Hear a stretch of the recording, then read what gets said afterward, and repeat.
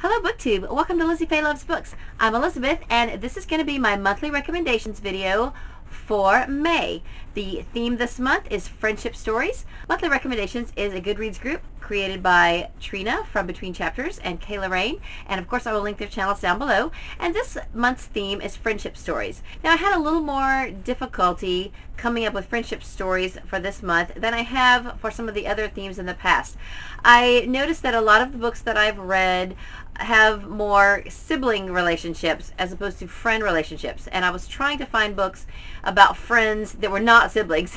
So I have come up with a few. They are pretty much all middle grade books, and so if you're not interested in middle grade books, then I hope you come back for my next video. But let me just show you real quick. I'm not going to spend a long time on each one, and a couple of them you are probably already familiar with, but I thought they were worth mentioning. Even though friendship is not the main theme of this story, I had to include Anne of Green Gables. I kept coming back to it and thinking about the friendship between Anne and Diana, and their word for BFF is bosom friends.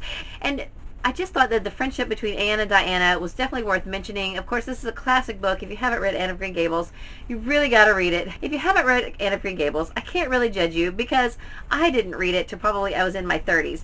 But I'm so glad I did. I love everything that Lucy Maud Montgomery has written, especially Anne of Green Gables and that whole series. So I definitely recommend it. A couple more that I think are worthy of mentioning. Both have had movies made of them. How about Holes from Louis Sachar? This is a really good story about how friends stuck together in a pretty horrible situation, stuck on a work camp for juvenile delinquents, and some of them were really not deserving of being there. And even though our main character really did not do the crime that he was sent there for, he really stands by his friends and does what he can to help them. And I just thought that this is a really good example of friendships. If you've seen this movie and haven't read the book, it's really, really worth reading. You get so much more of the backstory by reading the book that I think is not very easy to follow in the movie. So definitely recommend this as a great friendship story. Bridge to Terabithia is a Newbery winner from several years ago. Wonderful friendship between a boy and a girl, very imaginative and heartbreaking. So if you're not familiar with the story, I don't want to give spoilers, but it's really, really a wonderful story of friendship. Right, now, some of the books that I've read more recently, I've been reading the Origami Yoda series, and the second book in particular I think is a really good example of friendship. This series is about a group of middle schoolers, primarily boys. In this second book, one of the boys is in danger of being expelled, basically because he's really just misunderstood. And even though he's not their favorite friend, the other core group really rally around him, and they go to bat for him with the school board and the teachers to help save him from being punished for, you know, something he really was not deserving of. And this is a really good story of friendships, and it also has a Star Wars theme, has an origami Star Wars theme, so it's really fun, very easy to read.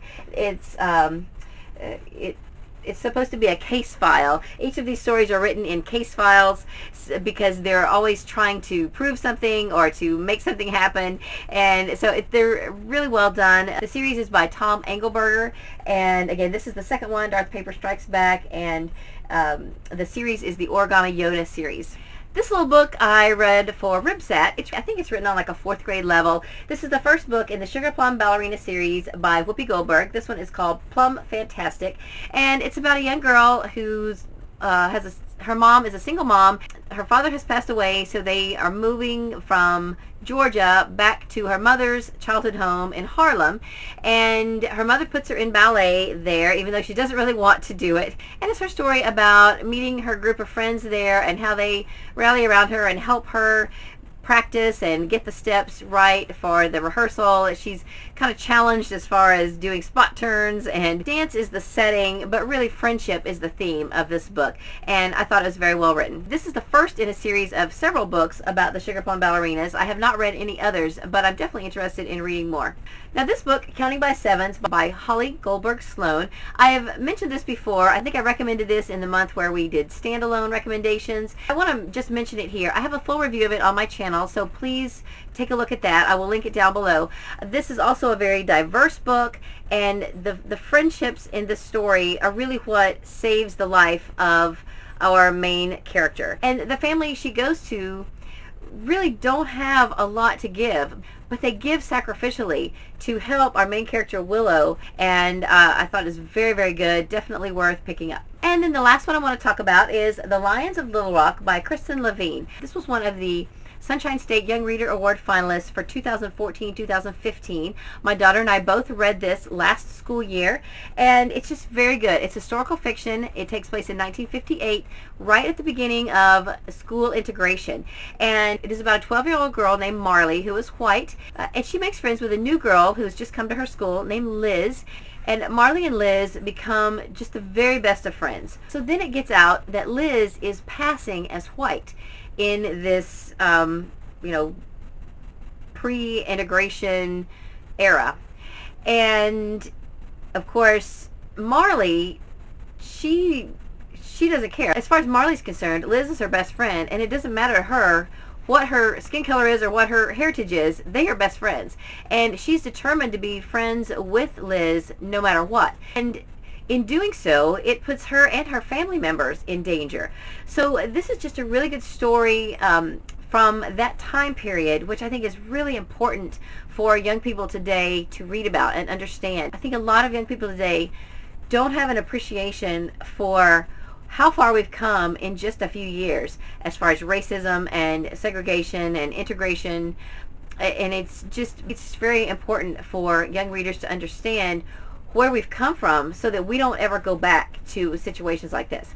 And I just thought this was an excellent book. It's just really well written, very good, and I definitely recommend it.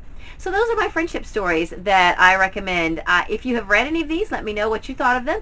So if you know of other middle grade books that are really good friendship stories, please let me know. Or inspirational fiction or books for adults that are also good examples of friendship stories, let me know as well. In fact, if you did a monthly recommendations video on this topic, I would love to watch it. Please comment down below and let me know so that I can check it out. So that's all for this video. I hope you're having a great day. Read a good book, and God bless you.